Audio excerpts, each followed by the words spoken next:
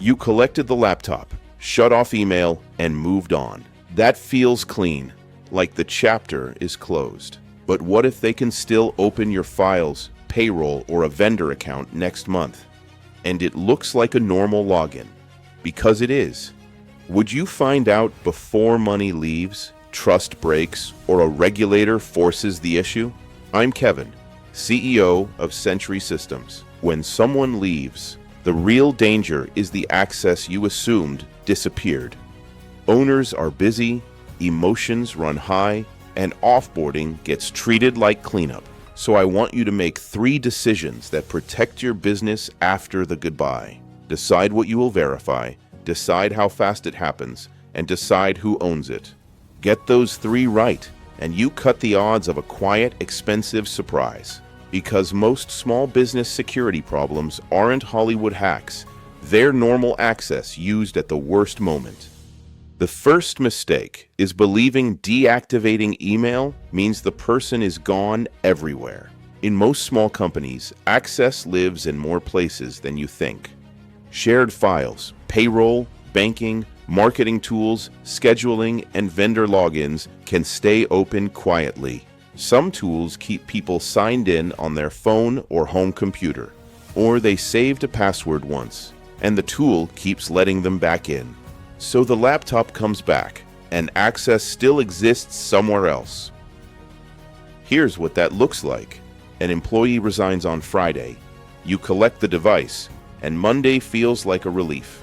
You turn off email, but they still have a login to shared files or a vendor site nobody checked. They can see customer records, download pricing, or approve something they shouldn't. Even if they mean no harm, one wrong click or one forwarded file can expose you. And you may not get an alert, because it's not breaking in, it's signing in. Later, a client asks why a file moved or an invoice gets changed, and you can't answer cleanly. Now you're burning hours chasing records, rebuilding trust, and explaining what happened. And while you're sorting it out, your team is distracted and your customers wonder if you're in control.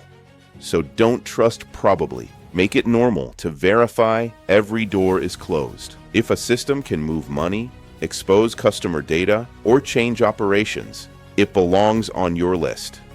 Keep the list updated, and offboarding becomes a routine, not a scramble. The second mistake is delay, especially when you hand it off and assume it's handled. Time is the enemy, because lingering access turns a normal departure into an open invitation. Under pressure, owners say, "We'll clean it up later," because they're trying to keep the day moving. Later is when details get lost, and everyone assumes someone else did it. Picture an owner who tells an assistant, "Remove their access when you get a minute." The assistant is swamped, the request sits, and the ex-employee still logs in from home. Maybe it's not revenge, maybe it's habit, but the outcome is the same. A report gets exported, a supplier list walks out the door, or a payment setting gets changed. And if that account stays active, someone else can abuse it later too. You can do everything right today and still get burned later if an old login is floating around. That's how small gaps become fraud, compliance headaches, and weeks of damage control.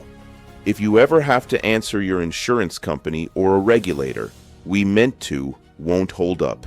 Set a deadline and a single owner, so the work is finished and documented. The third mistake is treating offboarding as paperwork instead of a business-critical moment. Hiring feels exciting, so you document it, you get approvals, and you take it seriously.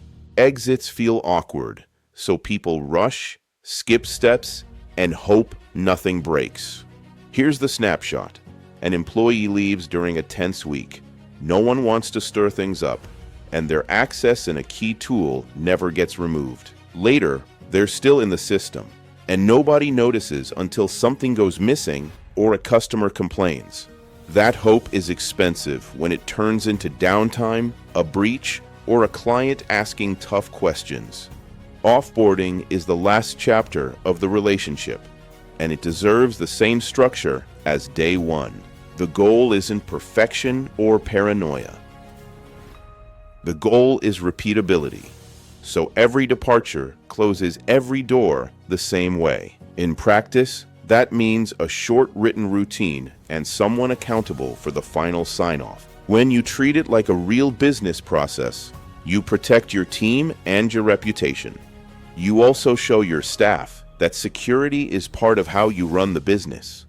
If you only change one habit, make it this: verify access is gone before you call it done. If you want a quick outside view of where you're exposed, use our cyber health check. It points out gaps like lingering accounts and unclear ownership before they turn into a payroll or vendor mess. The link is in the description. In our next video, we'll discuss how complacency can be your worst enemy when it comes to business security. It's a conversation you'll want to see.